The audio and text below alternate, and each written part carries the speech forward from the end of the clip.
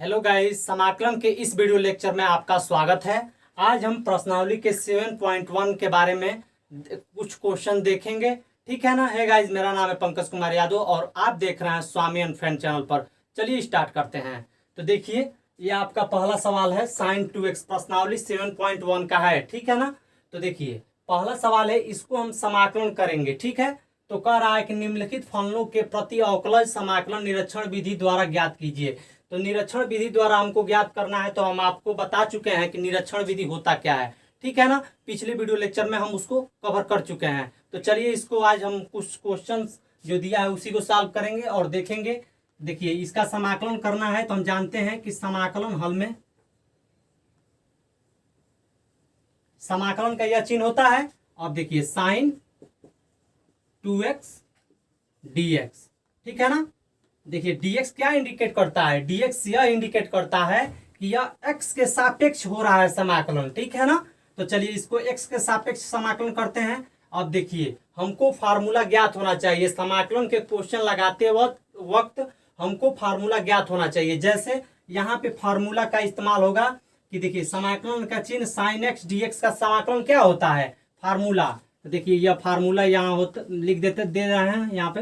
देखिए, formula sin x dx equal to minus cos X plus C, यही formula होता है। ठीक है ना दोस्तों। तो देखिए, अब आप कहेंगे कि यहाँ देखिए, यहाँ तो 2x है और यहाँ x है, तो सर कैसे लिखेंगे? तो देखिए, हम आपको बता रहे हैं। थोड़ी देर के लिए माइंड में सेट कर लीजिए कि 2x के जगह पर x है, तो अब तो लिख सकते हैं ना, एकदम लिख सकते हैं। तो चलिए स्टार्ट करते हैं।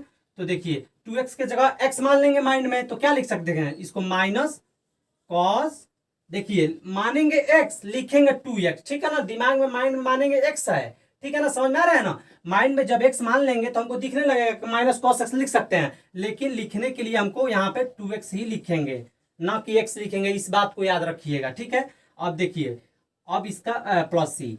अब जिसको हम x मानते हैं उसको अवकलन करते हैं। तो देखिए, हम 2x को माने हैं तो इसका अवकलन करेंगे तो D by upon D x. अब 2 कांस्टेंट है, बाहर चला आएगा, D by upon D x x. X के सापेक्ष एक्स का अवकलन 1 होता है, तो 2 इंटू 1 इक्वल टू 2। तो जो 2 आ रहा है इससे हम इसमें डिवाइड कर देंगे। ठीक है ना। आप कहेंगे क्यों सर डिवाइड किए हैं? तो आपको पिछले वीडियो लेक्चर में बता चुके हैं, फिर भी हम यहाँ पे डिस्कस करेंगे। देखिए, ये समझना इंपॉर्टेंट है आप लोगों के लिए। कैसे? देखिए, जब भी हम समाकलन करते हैं, पहले अवकलन के बारे में देख लीजिए। जब भी हम अवकलन करते हैं, ठीक है, तो जब अवकलन करेंगे, मान लीजिए यही आपको अवकलन करना होता है। ठीक है ना। यहाँ समझ लीजिए। देखिए, D by upon D x का मतलब होता है अवकलन। ठीक, इसी देख लीजिए, साइन 2x dx, नहीं dx नहीं, साइन 2x।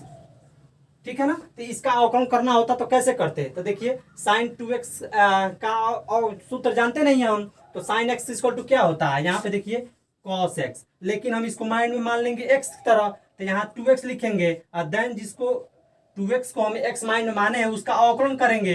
तो देखिए, यहाँ अवकलन किए हैं तो 2 बाहर आ जाएगा, कांस्टेंट है, और x के सापेक्ष x का अवकलन 1 हो जाएगा, और 2 इंटू 1 इक्वल टू 2। तो देखिए, अवकलन करते वक्त तो हम 2 से मल्टीप्लाई करा देते हैं, लेकिन समाकलन करते वक्त देखिए, इस समाकलन का चिन्ह है। समाकलन करते वक्त साइन 2x dx का समाकलन करेंगे, सेम इसी का।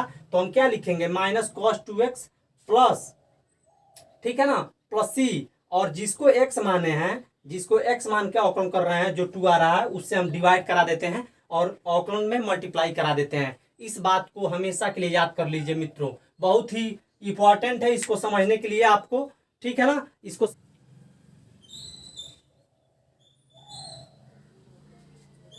देखिए, दूसरा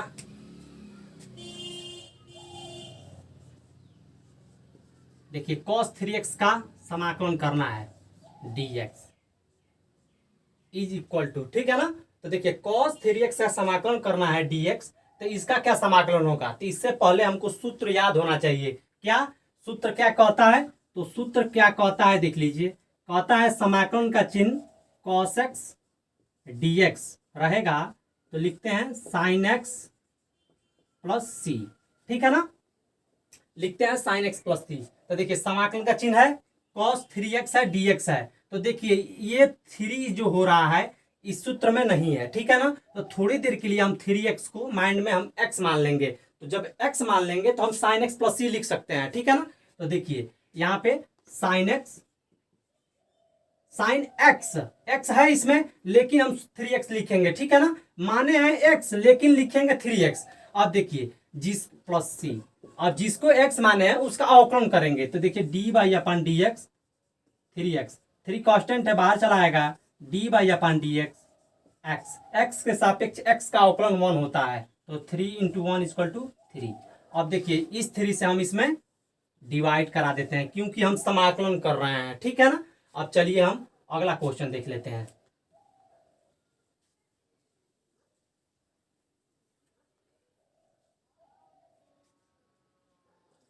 समाकलन का चिन्ह e के पावर 2x, समाकलन के चिन्ह बार बार दे रहे हैं, इसका मतलब यह है कि हमको समाकलन करना है e के पावर 2x का, ठीक है ना।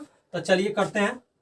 देखिए अब इसका क्या सूत्र जानते हैं, समाकलन सूत्र। देखिए यहाँ पे देखिए बार बार यह बताने की आपको सूत्र लिख लिख के यह प्रयास कर रहे हैं, बताने की यह संकेत देना चाहते हैं आपको कि देखिए सूत्र याद नहीं होगा तो समाकलन के सवालों को हल करते वक्त आपसे नहीं हो सकता है, इसीलिए बार बार रिकॉल करा रहे हैं ताकि माइंड में सेट हो जाए, ठीक है ना। रटने की जरूरत नहीं है, हम आपको सिखाएंगे, बहुत ही बेहतर सिखाएंगे मित्रों, बस हमारा साथ दीजिए और साथ साथ चलिए, ठीक है ना। देखिए हम कैसे आप लोगों को एकदम नीचे से ऊपर ले जाएंगे, ठीक है ना। चलिए देखिए यहाँ पे dx लिख सकते हैं। अब देखिए सूत्र क्या होता है, तो कहता है e के power x equal to D X equal to e के पावर x प्लस सी।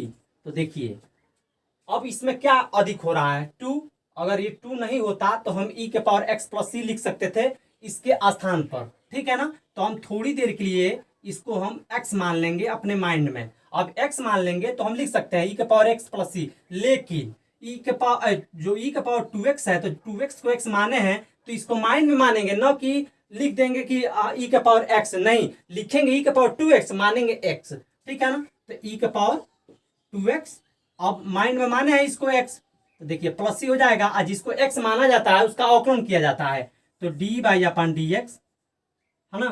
2x को x माने हैं तो 2x लिख दिया, 2 कांस्टेंट हो जाएगा बाहर आ जाएगा, और D by upon D x, x के सापेक्ष x का अवकलन 1 होता है, 2 इंटू 1 इक्वल टू 2। अब देखिए इस 2 से हम डिवाइड करा देंगे क्योंकि हम समाकलन कर रहे हैं, ठीक है ना। अवकलन होता तो इस 2 से हम मल्टीप्लाई करा देते। ओके चलिए अगला देख लेते हैं। देखिए मित्रों आपको ध्यान से पढ़ने की जरूरत है, ठीक है ना। धैर्य से पढ़िए, आपको सब समझ में आएगा, ये मेरी गारंटी है, आपको 100% समझ में आएगा, ठीक है। अब देखिए इस चौथा को लगाते हैं तो क्या है, समाकलन का चिन्ह ax प्लस बी स्क्वायर, ठीक है ना। तो देखिए ax plus B square dx। अब इसको कैसे हल करेंगे, इस तरह का तो हम सूत्र जानते नहीं है। आप कहेंगे कि सर इस तरह का सूत्र तो हम नहीं पढ़े हैं, तो देखिए हम बता रहे हैं कि कैसे लगाना है। देखिए अगर यहाँ पे x होता, सपोज करिए अगर यहाँ पे x होता, x के स्क्वायर होता, जैसे यहाँ देख लीजिए x होता x का स्क्वायर, मतलब यहाँ स्क्वायर है ना, यहाँ स्क्वायर है तो x का स्क्वायर होता, dx होता, तो हम क्या करते, सिंपली हम जानते हैं सूत्र, यहाँ से सूत्र जानते हैं कि समाकलन का चिन्ह x के power n dx equal to x के power n plus 1 upon n plus 1, यही होता है, प्लस सी, यही सूत्र होता है। तो अगर समाकलन चिन्ह x स्क्वायर dx होता तो हमने इसके जगह पर मतलब यहाँ 2 लिख देते, तब यहाँ 2 हो जाता, फिर यहाँ 2 हो जाता n के जगह पर। लेकिन यहाँ क्या है, यहाँ समाकलन का चिन्ह ax प्लस बी का होल स्क्वायर dx है। तो क्या करेंगे मित्रों, थोड़ी देर के लिए हम इसको x मान लेंगे माइंड में, ठीक है ना। तो जब माइंड में x मान लेंगे तो हमको इस तरह से दिखने लगेगा x के पावर स्क्वायर, ठीक है ना। माइंड में मान रहे हैं, लिखेंगे नहीं, इसको समझाने के लिए लिख रहे हैं, इसको लिखिएगा मत, आपको मैं बता रहा हूं समझाने के लिए, इसके नीचे भी x मत लिखिएगा, बस सिर्फ माइंड में सोचिएगा, ठीक है ना, आपको बिल्कुल समझ में आएगा। देखिए इसको समझाने के लिए लिखे हैं, ये तो सूत्र है, ठीक है ना। अब देखिए क्या करेंगे, तो इसको x मानेंगे तो किस तरह, बाकी लिखेंगे यही, x मानेंगे माइंड में, बाकी लिखेंगे यही, तो ax प्लस b।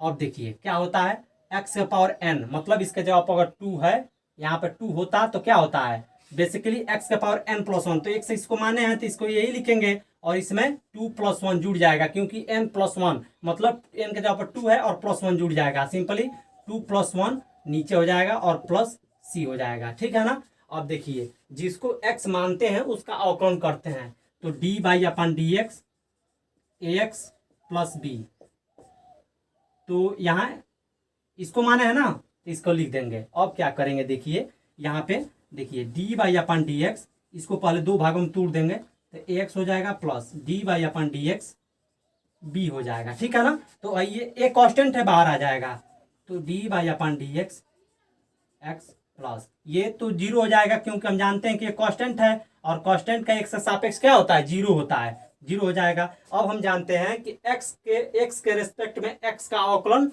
1 होता है, तो a × 1 = a हो जाएगा।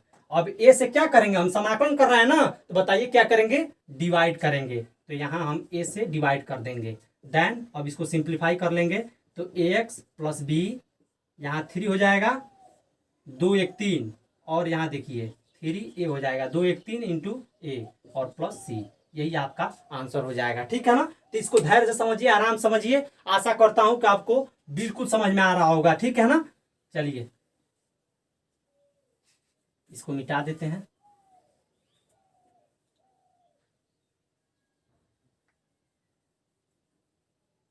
अब देखिए पांचवा यह है, पांचवा है sin 2x - 4e⁻3x। अब इसका समाकलन करना है, तो देखिए समाकलन sin 2x dx माइनस, यहाँ देखिए समाकलन का चिन्ह 4e⁻3x dx है ना।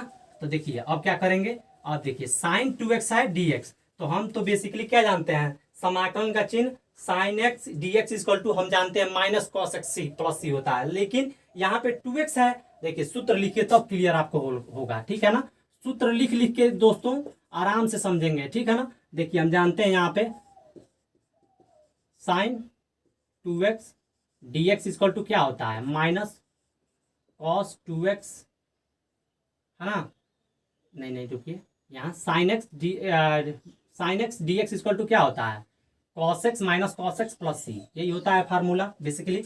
लेकिन यहाँ पे तो है 2x, तो हम इसको 2x को माइंड में अपने x मान लेंगे। बार बार बता रहे हैं, आपको एकदम याद होना चाहिए भाई, देख लीजिए हम इसीलिए बार बार बता रहे हैं। आप कहेंगे सर कैसे पढ़ा रहे हैं, नहीं, बातों को आप यहाँ क्लियर समझ जाएंगे तो आगे चल के परेशानियां नहीं होंगी, ये बात मान लीजिए मित्रों, ये सही बात है। चलिए समाकलन का चिन्ह sin x dx = -cos x + c होता है, तो यहाँ पे इसका यूज करेंगे, तो देखिए करेंगे तो देखिए यहाँ पे क्या हो जाएगा, cos 2x / 2, ठीक है ना, और प्लस c1 होगा, बाद में लिख देंगे, और माइनस ये 4 कांस्टेंट है बाहर चला आएगा, और इसका e⁻3x का क्या होता है, e⁻3x 3x का अवकलन करेंगे तो 3 हो जाएगा, 3 से इसमें डिवाइड कर देंगे और प्लस c कांस्टेंट जुड़ जाएगा, यही आपका आंसर हो जाता है। चलिए देख लेते हैं इसको, देखिए समझ में आया कि नहीं।